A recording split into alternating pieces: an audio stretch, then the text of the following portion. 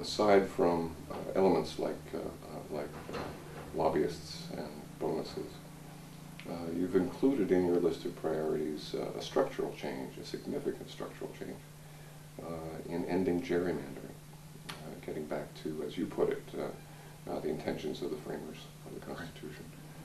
Could you unpack that a little bit? Sure. Every 10 years, the legislature redraws the lines for the state House seats and the state Senate seats and Congress. And there have been various, over the years we've seen newspaper stories about when the process is done, what some of the legislative seats look like. And you know, we can laugh because they look like spiders or crabs or spider webs at times.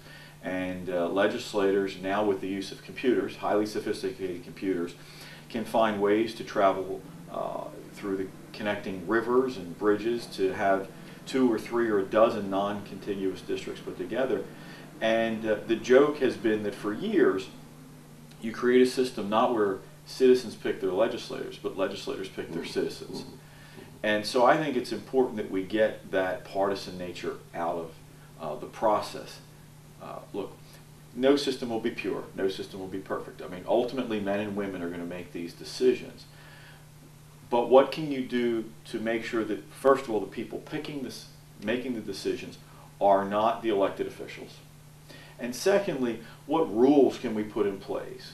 What can we really do to talk about cohesiveness? I mean, folks in Phoenix will know first and foremost, as there are 12 voting precincts. 11 of those precincts have Congressman Jim Gerlach. 1 precinct has Congressman Sestak. Both are honorable men.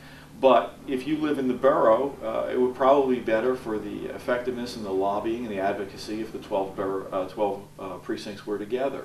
And that happens courtesy of gerrymandering and courtesy of computers that can, with the click of a mouse, can move a precinct a hair on a map. So I think what we need to do is get the legislators out of the business of drawing the lines, and secondly, make sure that we have things in place, some guidelines on compactness and keeping communities together, keeping school districts together, so that when an elected official wins, that he or she's in a position to be truly an advocate and really come from the area and be a forceful voice for that area. What's the first thing you do when you get to Harrisburg? What's the top of your agenda?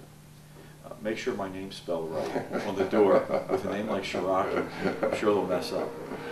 I think the first thing that I would want to do is twofold. Is one, meet as many of the freshmen, Democrat and Republican, to get a sense of what, and compare notes. I think anybody would if you show up. Is to say, this is what I heard. You know, what did you hear in Quakertown? You know, what did you hear in Pittsburgh?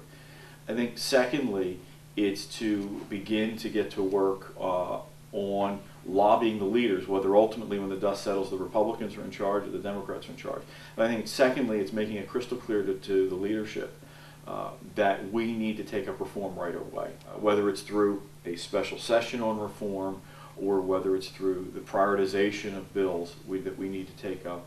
I would support a special session enthusiastically if it was a way to hit the ground running and really focus in on those issues. Beyond that, I'd like to see what the issues that we're going to focus on for the economy.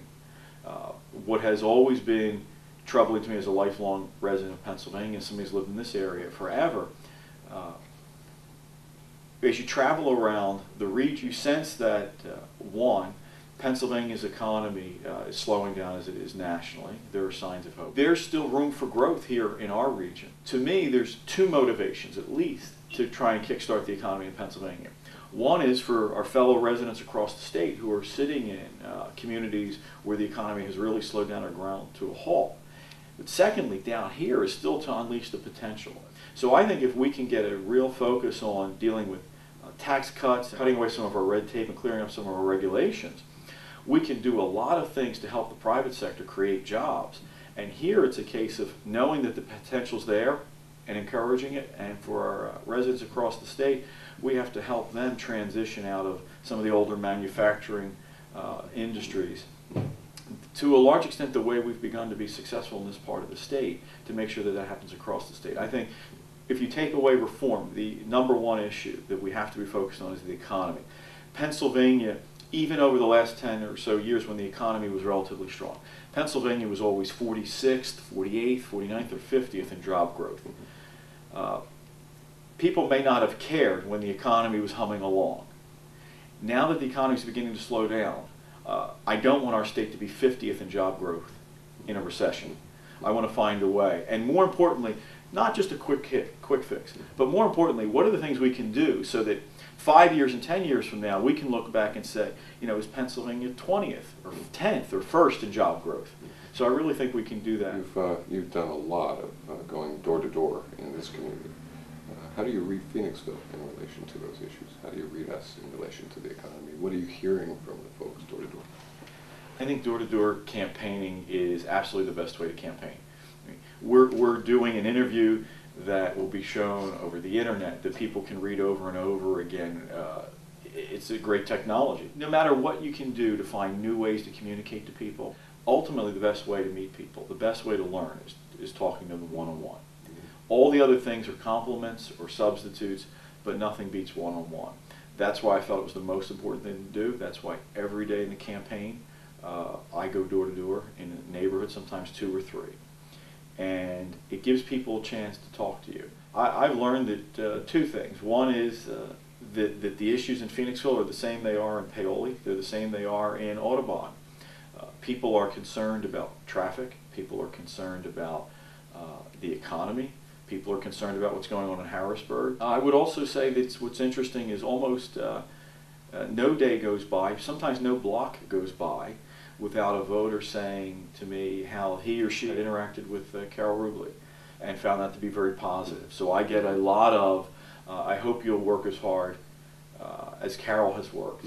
The things that are unique here, or that have been especially emphasized, is here the economy. They want to make sure that if I win, I go to Harrisburg and do both things. One is fight to make sure that the funding and the rules and regulation allow the businesses to continue to come. But secondly, to make sure I whisper or shout in the ears of local folks here to make sure that the great revitalization here really leads to a revenue boost that helps in the community. The other issue is property taxes. No matter where you are, whether I'm in Phoenixville or in Schuylkill Township, anybody in the Phoenixville School District is concerned about taxes and property taxes because the reasons we all are. When the economy's slow, taxes take a bigger bite out of your wallet. And for seniors, it's especially hard. And I've met probably dozens, if not hundreds, of seniors who have told me they've, you know, it's the old cliche, but it's true. They worked hard and they played by the rules. They raised their children, they contributed, and now they're retired. And they're, in many cases, in a home that they paid off. And they may have paid off that home in the 1980s. And now they're facing a property tax bill that may have even rivaled back what their mortgage was, back when they held a mortgage. And they really don't feel as though, at the end of the day, having been productive citizens, having worked, having put their kids through school, that the answer is they should sell the home that they grew up in and that they should be forced out of it. So I think that has, we all talk about property taxes. We read stories about property taxes.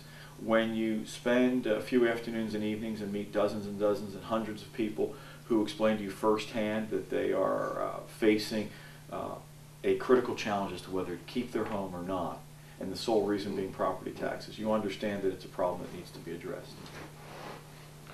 Thank you very much for this time. I appreciate it. Thanks for doing this.